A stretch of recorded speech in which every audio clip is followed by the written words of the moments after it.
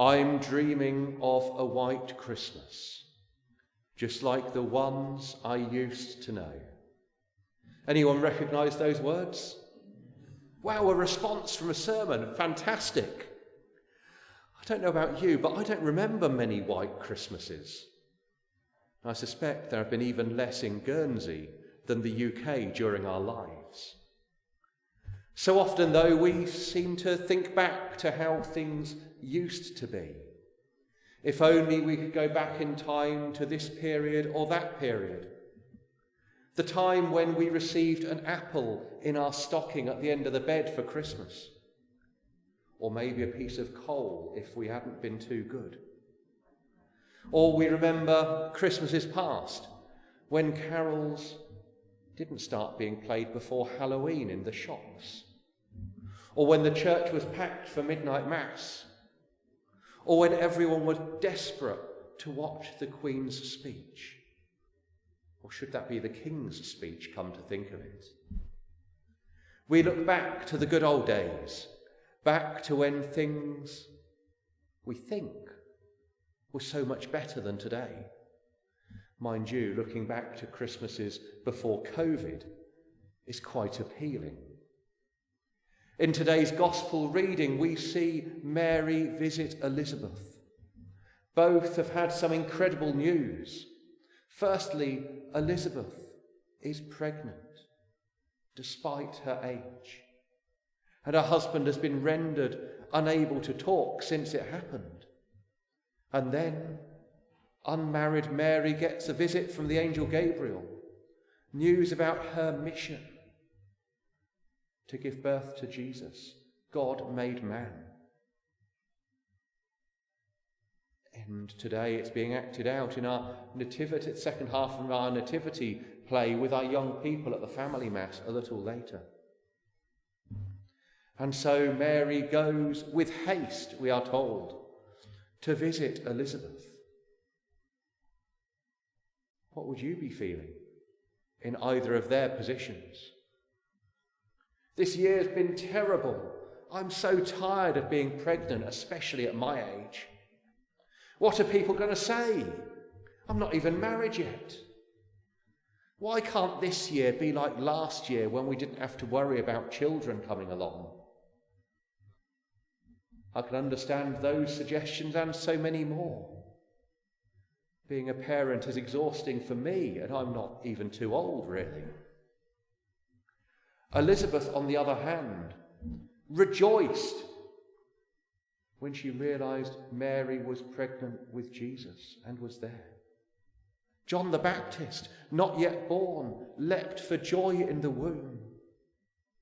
They were filled with the Holy Spirit. And Mary sang that great hymn of praise, the Magnificat. They weren't harking back to the good old days. They were looking excitedly forward towards the future, towards new possibilities of what God was going to be doing in their lives, in their children's lives, and in the whole world in the coming weeks, months, and years. This Sunday is a strange one for me. I'm excitedly looking forward towards Christmas. Of course I am. I'm looking forward towards a Christmas in the UK with parents and other family members, which is quite weird, really. But it's tinged with so much sadness. Knowing my last Christmas at the Vale has already happened without any of us realising. My farewell services are today. The house is nearly packed up. Wouldn't it be great to be able to have one last Christmas together, just like last year? Can't we go back to how things used to be? And I suspect many of us feel similar. Uncertainty about the future. What will this Christmas be like? Will there suddenly be extra restrictions brought in? What will the next rector be like? Come to that. Will they be like the current one? or like one of the past rectors, or completely different?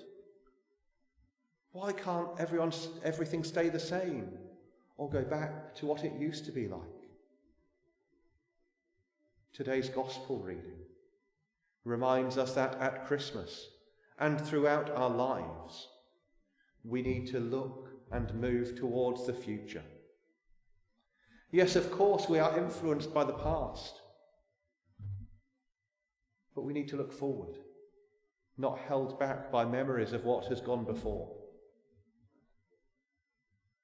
As we look forwards towards the drawing up of a parish profile and the appointment of a new rector at the Vale, please imagine excitedly what God might be calling you and the whole of this parish towards in the future. Ponder, explore, discover what God has in store for you in this new season. Not harking back to the time of Peter Simpson, John Widdows, Kevin Northover, Stuart Tanswell, Thomas Bell, or any of the other past rectors. Each of us have played our part up to this point. We've ministered, blessed, done good things hopefully, done stupid things almost certainly. We're all human. Remember fondly, yes, please do. But don't be held back by trying to recreate the past. Instead, look towards the future. I have really enjoyed and appreciated my time living and ministering here as Rector of the Vale amongst you.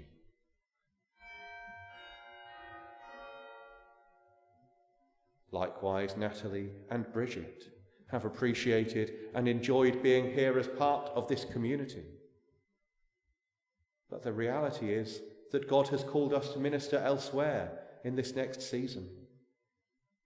So we need to follow that call, trusting in God's plan, looking forwards, expectedly, but with trepidation, towards the future, giving thanks for all that has been. To conclude, I'd like to quote another Christmas song, excepting I'm preempting things somewhat as we're not there yet. So here it is, Merry Christmas, everybody's having fun. Look to the future now, it's only just begun. Mary and Elizabeth knew and rejoiced that the future was only just beginning. May we too look excitedly to the future, and may God continue to bless you, each and every one of you, in the Vale, as God has blessed me during my time here with you. In the name of the Father, and of the Son, and of the Holy Spirit. Amen.